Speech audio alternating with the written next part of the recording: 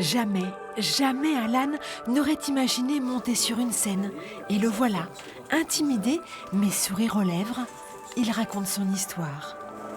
L'histoire d'un jeune homme dont la carrière professionnelle a débuté dans un ESAT, un établissement et service d'aide par le travail, et qui est aujourd'hui entré dans le monde du travail ordinaire. Ça a commencé avec un stage qui s'est très bien passé, puis ils ont choisi de m'accueillir, de me prendre. Je suis trop content, ça montre qu'on travaille bien. Pendant 3 ans, dans son ESAT, Alan a appris le métier avec des moniteurs. Tondre, tailler, il a acquis les gestes, puis le rythme. Depuis 1 an, il est employé par Herboratom. Pour moi, ça change rien, c'est pareil, c'est les mêmes tâches à faire. Le rythme de travail est le même, enfin, j'ai pas eu de problème avec ça. La loi handicap de 2005 oblige les entreprises de plus de 20 salariés à employer au moins 6% de personnes en situation de handicap. Herboratom atteint 12%, 2 fois mieux. Ils ont à cœur de bien faire, ils ont justement le souci du détail pour prouver que finalement il n'y a pas de handicap. C'est quand même bien qu'ils aient son handicap et qu'ils travaillent comme nous, quoi. Je veux dire, il y a quand même du mérite, donc c'est vrai que c'est très bien. Alan et les autres employés en situation de handicap de l'entreprise ont besoin de cadres, de repères. Pour éviter le stress, par exemple, ils doivent savoir où se trouve leur matériel, connaître leurs horaires. Et évidemment, ce qui est bon pour Alan l'est aussi pour les autres. Ça nécessite aussi des chefs d'équipe qui soient particulièrement à l'écoute. Ça nécessite des process qui soient réguliers, une attention particulière aux questions de sécurité, mais qui, in fine, bénéficient à l'entreprise et à tous les collaborateurs.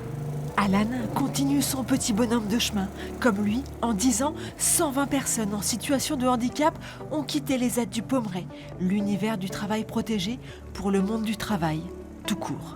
Faut pas hésiter, faut montrer qu'on peut, faut être volontaire, voilà, faut pas lâcher le truc, quoi. Les aides du Pommeraye est un ESAT dit transitionnel. Ils sont une dizaine en France. Les travailleurs n'y passent que quelques années, le temps de se former. Ce soir-là, comme Alan, Fabien, Franck ont évoqué leur parcours, celui d'une grande aventure vers l'autonomie.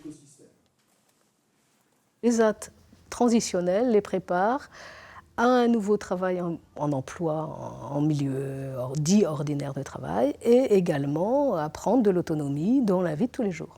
Et petit à petit, en fait, l'idée, c'est que le travail en ESAT ressemble de plus en plus au travail en milieu ordinaire. Ça marche aussi par des environnements de travail extrêmement valorisants, des environnements de travail diversifiés qui permettent de la polyvalence, comme ce qu'on va trouver en entreprise plus tard. Mais toujours un accompagnement progressif par des chargés d'accompagnement, par des moniteurs en situation de travail et avec du travail tous les jours, de la formation aussi et de la reconnaissance des acquis de l'expérience pour valoriser les savoir-faire. Et alors, qu'est-ce que vous dites aux entreprises pour les inviter à recruter des gens qui viennent de chez vous ? C'est d'abord la compétence qui intéresse les entreprises tout de même. Donc, nous parlons des compétences, nous parlons motivation. Et puis, beaucoup d'entre elles nous parlent aussi de leur engagement. Beaucoup de chefs d'entreprise ont pu être confrontés dans leur vie personnelle au handicap et souhaitent vraiment contribuer, voire s'engager sur la base de valeurs fortes pour permettre l'emploi des personnes en situation de handicap. Et alors, en 10 ans, combien sont sortis vers le milieu ordinaire ? Nous avons permis le recrutement de 120 personnes. Ce qui émeut, c'est de les voir s'épanouir totalement dans leur vie, pas uniquement dans le travail, mais aussi dans leur vie personnelle.